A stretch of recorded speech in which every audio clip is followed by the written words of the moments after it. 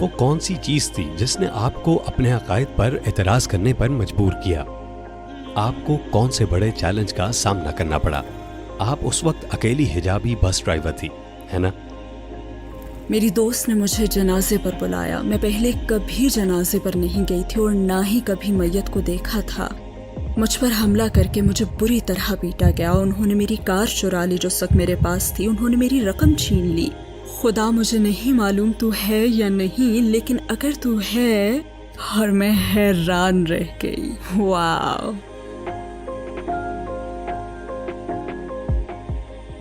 میرا پہلا سوال آپ سے یہ ہے کہ استادہ امینہ بلیک کون ہے؟ کیا آپ ہمیں اپنی زندگی کے بارے میں مختصراً بتا سکتی ہیں؟ بسم اللہ الرحمن الرحیم. اوکے، میرا بیک گراؤنڈ یہ ہے کہ میں ایک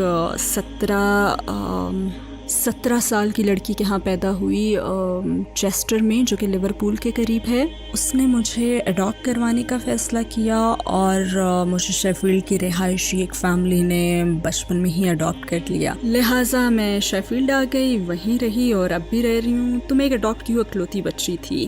میرے والد شیفیلڈ یونیورسٹی میں انگلش اور لنگوسٹک کے پروفیسر تھے اور میری والدہ شاعرہ اور آرٹسٹ تھی. افسوس دونوں کا اب انتقال ہو چکا ہے. اور ہاں، اسی لیے میری پرورش بڑی دلچسپ، بہت تعلیمی ماحول میں ہوئی، لیکن میں خود سے بچی تھی، اصل میں ٹام بوائے. مجھے گھڑ سواری، کاریں، لاریز اور بسیں پسند تھیں، اور میرا لباس اور کوئی بھی چیز لڑکیوں کی طرح نہیں تھی. ایمان کے لحاظ سے آپ کی زندگی کیسی تھی؟ آپ کا کس پر ایمان تھا؟ میرا ایمان، میری پرورش بطور عیسائی کی گئی، جس کی درخواست میری حقیقی ماں نے کی تھی، اور مجھے سنڈے اسکول بھیجا گیا جو مجھے پسند تھا. لیکن میں بہت چھوٹی عمر سے لڑکپن سے ہی عیسائیت پر ہمیشہ سوال اٹھاتی تھی. لیکن مجھے پیغمبروں اور بائبل میں لکھے قصے پسند تھے. ہم سنڈے اسکول میں بیٹھتے تھے اور ٹیچر ہمیں بہت اچھے سے عیسیٰ علیہ السلام اور موسیٰ علیہ السلام اور ابراہیم علیہ السلام کے قصے سنایا کرتے تھے. اپنے بچپن میں مجھے یہ سب بہت اچھا لگتا تھا. لیکن وقت کے ساتھ ساتھ جب میں شاید 15 یا 16 سال کی تھی، تب بائبل کے متعلق میں نے سوالات پوچھے اور اس کی سچائی پر قائل کرنے والے جوابات نہ ملے، تو گویا یہ ایک بنیاد پھر بن گئی تھی.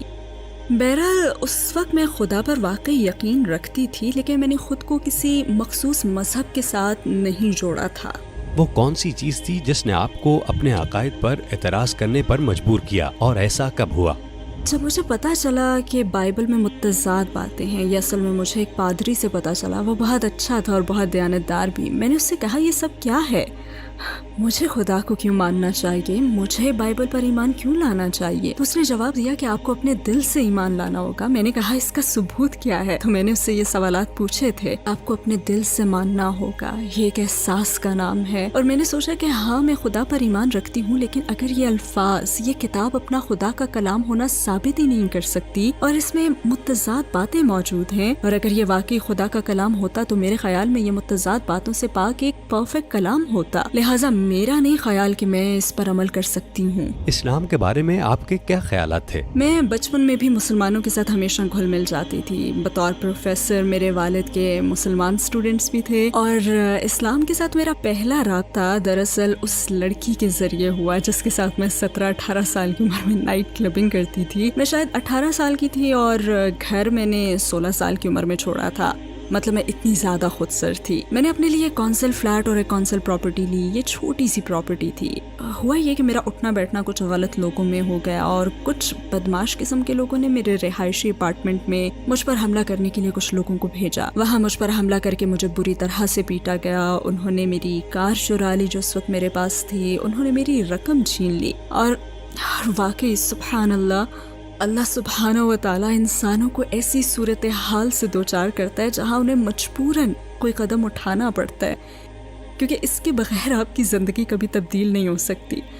تبدیلی کے لیے آپ کی زندگی میں اس بگاڑ کا پیدا ہونا ضروری ہے. اور اس حملے کے بعد میں واپس اپنے فلیٹ میں جانے سے بہت خوفزدہ تھی. پھر میں جس جگہ گئی وہ میری وہی مسلمان دوست تھی جس کے ساتھ میں نائٹ کلبنگ کرتی تھی. اس نے کہا تھا، نہیں آ جاؤ اور میرے گھر میں آ کر رہو. تو میں اس کے گھر رہنے چلی گئی، اور اس کے گھر میں صرف ایک کتاب تھی، اور یہ کتاب ہے القرآن. اور قرآن یہ انگلش اور عربی کا ورژن تھا. چونکہ میں بور ہو جانے والی ایک ٹین ایجر تھی، بور ہو رہی تھی، تو میں نے اس کتاب کو دیکھا اور اس سے کہا کیا میں اسے دیکھ سکتی ہوں؟ اس نے کہا ٹھیک ہے، جاؤ اپنے ہاتھ منہ دھو لو، پھر تم کتاب کھول کر پڑھ سکتی ہو۔ تو میں نے کتاب کھولی اور میں نے دیکھا سبحان اللہ، میں نے وہ قصے دیکھے جنہیں اپنے سنڈے اسکول میں دیکھا اور پسند کیا تھا۔ میں نے سوچا واو، یہ تو اسکول والی جانی پہچانی چیزیں ہیں۔ یہ بات قابل ذکر ہے کہ مغربی اسکولوں میں آپ کو عیسائیت اور اسلام دو بالکل مختلف چیزوں کے طور پر پڑھائے جاتے ہیں۔ خدا اور اللہ کے درمیان موازنے کا کوئی اختیار نہیں ہے۔ اللہ مسلمانوں کے لیے اور خدا عیسائیوں کے لیے ہے۔ یہ بالکل ایسا ہے جیسے مختلف مذاہب کے مختلف خدا ہوں، اور میں بھی یہی سمجھتی تھی۔ پھر میں نے اپنی دوست سے سوالات پوچھنے شروع کیے کہ یہ کتاب کون سی ہے، یہ عیسائیت سے اتنی ملتی جلتی کیوں ہے؟ تو اس نے مجھے اپنے پڑوسی سے ملوایا اور اس نے کہا مجھے کچھ وقت دو، میں تمہیں جوابات لا دوں گا۔ وہ یقیناً اپنے شیخ کے پاس گیا ہوگا اور شیخ نے ظاہر ایسے کچھ آیات دیں جو میرے سوالات کے مطابق تھی، جو کہ سائنسی ثبوت تھا۔ میں نے کہا واو، یہ کمال کی بات ہے۔ اور اس نے مزید کہا بڑی اہم بات سنو، یہ تقریباً 1400 سال پہلے ایک ریگستان میں غیر پڑھے لکھے انسان پر اترا تھا، اور میں تو بالکل حیران رہ گئی۔ واو۔ پھر اس بھائی نے ہمیں الرسالہ پیغام نامی ویڈیو دی۔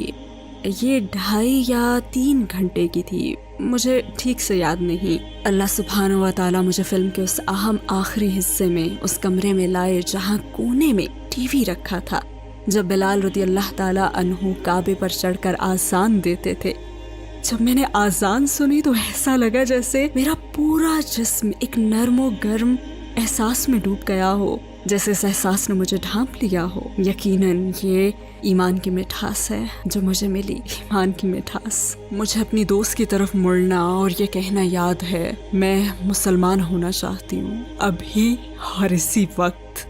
آپ کی فیملی اور دوستوں نے کیا رد عمل دیا؟ چونکہ یہ 9/11 سے پہلے کا واقعہ ہے، اس لیے میرے خیال میں یہ کافی آسان تھا، کیونکہ اس وقت برطانوی معاشرے میں ملٹی کلچرلزم کا عنصر موجود تھا۔ مسلمان ہونے کے بعد مجھے اپنے والدین کے پاس جانا اور بے پرواہی سے انہیں بتانا یاد ہے، اور میرے خیال میں بہت سے نو مسلم یہی کرتے ہیں۔ میرے والد کا خیال تھا کہ یہ وقتی ابال ہے، اور میری والدہ پریشان تھی کہ مجھ سے زیادتی ہوگی، کام نہیں کرنے دیا جائے گا، اور اسی قسم کے خدشات۔ تو وہ فکر مند ضرور تھے، لیکن اتنے فکر مند نہیں تھے جتنے کہ اب مسلمان ہونے والے بچوں کے والدین یا فیملی ممبرز پریشان ہوتے ہیں۔ لیکن آپ کے والد نے آپ کو سنجیدہ نہیں لیا۔ انہوں نے شروع میں مجھے سنجیدہ نہیں لیا، لیکن انہوں نے دیکھا کہ اسلام نے مجھے جذباتی استحکام دیا ہے اور مجھے کافی زیادہ سمجھدار اور کم ضدی بنا دیا ہے۔ میں اب کافی رحم دل اچھی انسان بن گئی تھی الحمدللہ، اور میرے خیال میں انہوں نے سوچا کہ اسلام میرے لیے نقصان دہ نہیں بلکہ کافی اچھا رہا تھا۔ مسلمان ہونے کے بعد آپ کو کون سے بڑے چیلنج کا سامنا کرنا پڑا؟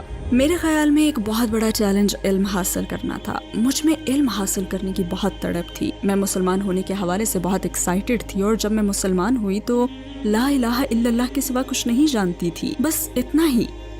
لیکن میں سوچتی تھی کہ جیسے میں دنیا کی سب سے بڑی داعیہ ہوں، کیونکہ میرے پاس یہ نئی چیز ہے، اور میں نے سوچا کہ مجھے علم حاصل کرنا ہوگا۔ اگر مجھے اسلام کا یہ خوبصورت پیغام دینا ہے تو مجھے علم حاصل کرنا ہوگا، اور یہ میرے سفر کا اگلا حصہ تھا۔ آپ یہ علم کہاں سے حاصل کر سکتی تھی، اور آپ کی جستجو کا نتیجہ کیا نکلا؟ میری جستجو بڑی حد تک روحانی جستجو تھی، لیکن اس وقت مجھے یہ احساس نہیں ہوا۔ اب ہم تنہائی کی اجنبیت کا خیال دل میں لاتے ہیں، اور بہت سے مسلمان نو مسلم اس احساس اور تنہائی کے تجربے پر کافی منفی انداز میں بات کرتے ہیں، اور بس آخری چند سالوں میں ہی مجھے اس کا احساس ہوا کہ اللہ سبحانہ و تعالیٰ نے یہ احساس مجھے عطا کیا ہے، اور اس کا تجربہ کرنا انتہائی ضروری ہے، کیونکہ جب آپ مسلمان ہوتے ہیں یا جب آپ اپنی روحانیت کا سفر شروع کرتے ہیں تو آپ اس موڑ پہ آ جاتے ہیں جہاں سب سے پہلے آپ دوسروں سے مدد مانگتے ہیں۔ تو میں اپنی دوستوں سے کہتی کہ مجھے نماز سکھائیں۔ میں نماز پڑھنے کے لیے بےتاب تھی، میں پوچھتی رہتی، اور میں تب بہت جھنجھلا گئی جب کوئی بھی مجھے نماز پڑھنا نہیں سکھا سکا۔ ہر کوئی کہتا انشاءاللہ، مگر کچھ بھی نہیں ہوا۔ اور ایسا اس وقت تک ہوتا رہا جب مجھے یہ احساس ہوا کہ دراصل مجھے لوگوں سے مدد نہیں مانگنی چاہیے، کیونکہ یہ پہلی جائے پناہ نہیں ہے۔ پہلی جائے پناہ تو اللہ سبحانہ و تعالیٰ سے مدد مانگنا ہے۔ پھر فون باکس میں ایک لڑکا دکھائی دیا، وہ لمبا اونچا مخلوط نسل کا لڑکا تھا۔ وہ فون باکس سے مجھے دیکھ رہا تھا، اور اچانک اس نے فون باکس کھولا اور اپنا سر باہر نکال کر پوچھا تم مسلمان ہو؟ پھر اس نے کہا ذرا رکو۔ مطلب اتنا لمبا چوڑا آدمی جب آپ کو رکنے کا کہے تو رکنے کے سوا کوئی چارہ نہیں نا، لہٰذا میں انتظار کر رہی تھی۔ اس نے فون اٹھایا اور ایک نمبر ملایا اور پھر فون باکس سے فون ہاتھ میں لے کر باہر لے آیا اور کہا یہ سسٹر ٹریسی ہیں، ان سے بات کرو۔ اور سبحان اللہ، وہ نہ صرف میری رہنما اور ٹیچر بن گئیں بلکہ انہوں نے خود مجھے استاذہ بنانے کا راستہ بھی ہموار کیا۔ انہوں نے مجھے نماز پڑھنا سکھائی، مجھے ارکان الایمان سکھائے، انہوں نے مجھے مسلمان بننے کا صحیح راستہ دکھایا، مجھے حجاب کے بارے میں بتایا، اور در حقیقت وہ اللہ سبحانہ و تعالیٰ سے کی گئی میری دعا کا جواب ہی تھی۔ سبحان اللہ، حیرت انگیز۔ اسلامی اعمال جیسے کہ دن میں 5 وقت کی نماز اور پورا مہینہ روزے رکھنے کے بارے میں بتائیے، کیا یہ کام آپ کے لیے مشکل تھے؟ در حقیقت میرا نماز کا سفر بڑا حیرت انگیز تھا، کیونکہ وہی بات کہ میں نماز پڑھنا سیکھ رہی تھی، ٹریسی نے مجھے پڑھنے کے لیے نماز سکھانے والی ایک چھوٹی سی کتاب دی تھی۔ تو میں اس مرحلے میں تھی، لیکن میں نماز نہیں پڑھ رہی تھی۔ انہی دنوں میری ایک دوست کے والد سیڑھی سے گر گئے، انہیں ہارٹ اٹیک ہوا، اور وہ مسلمان فیملی تھی، تو وہ سیڑھی سے گرے، ہارٹ اٹیک ہوا اور ان کا انتقال ہو گیا، اللہ یرحمہ۔ جب میں اس دوست کے گھر جایا کرتی تھی تو یہی انکل اندر آتے تھے اور کچن میں جا کر وضو کرتے تھے اور کمرے میں رکھے گیس فائر کے سامنے نماز پڑھتے تھے، اس لیے مجھے پتا تھا کہ یہ شخص نماز پڑھتا ہے۔ میری دوست نے مجھے جنازے پر بلایا۔ میں پہلے کبھی جنازے پر نہیں گئی تھی، نہ کبھی میت کو دیکھا تھا۔ پاکستانی کلچر میں یہ بڑا مختلف ہوتا ہے، وہ میت کو تابوت میں رکھ کر گھر کے کمرے میں رکھتے ہیں اور چہرے کو کھلا رکھتے ہیں، پھر نماز جنازہ کی تیاری ہونے پر اسے ڈھک دیتے ہیں۔ پھر اس نے کہا کہ اندر آ جاؤ اور دیکھ لو، کیونکہ میرے والد تمہارے بارے میں بہت سوچتے تھے، آ جاؤ اور چہرہ دیکھ لو۔ میں بہت زیادہ نروس تھی۔ اس نے کہا نہیں سب ٹھیک ہے، کچھ بھی نہیں ہوگا، اور میں نے اس تابوت میں دیکھا، اور جب میں وہاں بیٹھی تو واللہ العظیم وہ بھائی وہاں لیٹے مسکرا رہے تھے۔ ان کی مسکراہٹ اتنی خوبصورت تھی اور ان کے چہرے سے نور چھلک رہا تھا، اور اس لمحے اللہ سبحانہ و تعالیٰ نے مجھے یاد دلایا اور ان بھائی کے نماز پڑھنے کا ویژن مجھے عطا کیا، تو میں فوراً یہ راز سمجھ گئی کہ یہ مسکراہٹ اسی نماز کا نتیجہ ہے، اور اس وقت کے بعد سے میں نے ایک نماز بھی نہیں چھوڑی۔ آپ اس وقت اکیلی حجابی بس ڈرائیور تھی، ہے نا؟ مجھے بچپن سے ہی بڑی گاڑیاں پسند تھیں، اور میں کھیت میں کام کرنا اور وہاں والنٹیئر بننا، ٹریکٹرز چلانا اور اسی طرح کے کام کرنا چاہتی تھی۔ مجھے یہ سب بہت پسند تھا، اور جب میری عمر گاڑی چلانے کے قابل ہو گئی، UK میں بس چلانے کے لیے آپ کی عمر 21 ہونی چاہیے۔ میں پہلے ہی مسلمان ہو چکی تھی اور حجاب پہنتی تھی، لیکن میں نے سوچا حجاب مجھے بس چلانے سے کیوں روکے گا۔ الحمدللہ میں آگے بڑھی اور پھر اس بس اسٹیشن پر گئی اور وہاں جا کر اصرار کیا کہ مجھے ایک درخواست فارم چاہیے۔ اس میں کامیابی کے لیے آپ کے سامنے 2 رکاوٹیں ہوتی ہیں، بلکہ 3۔ سب سے پہلی تو یہ کہ آپ ایک عورت، بلکہ بہت کم عمر عورت ہیں۔ دوسری، آپ حجاب پہننے والی مسلمان عورت ہیں، تو آپ کو ان تمام رکاوٹوں سے گزرنا ہوتا ہے، اور پھر آپ کو مسلم کمیونٹی کی رکاوٹوں سے بھی گزرنا ہوتا ہے، جیسے کہ حرام پولیس جو آپ کے پاس آئیں گے اور کہیں گے او تم حجاب پہن کر یہ کیا کر رہی ہو، اور تم مردوں کے ساتھ گھل مل رہی ہو، اور اسی طرح کی چیزیں۔ دراصل میرے گروپ میں باقی سارے ٹرینیز مرد تھے اور میں ایک اکیلی تھی جس نے پہلی مرتبہ ٹیسٹ پاس کیا تھا۔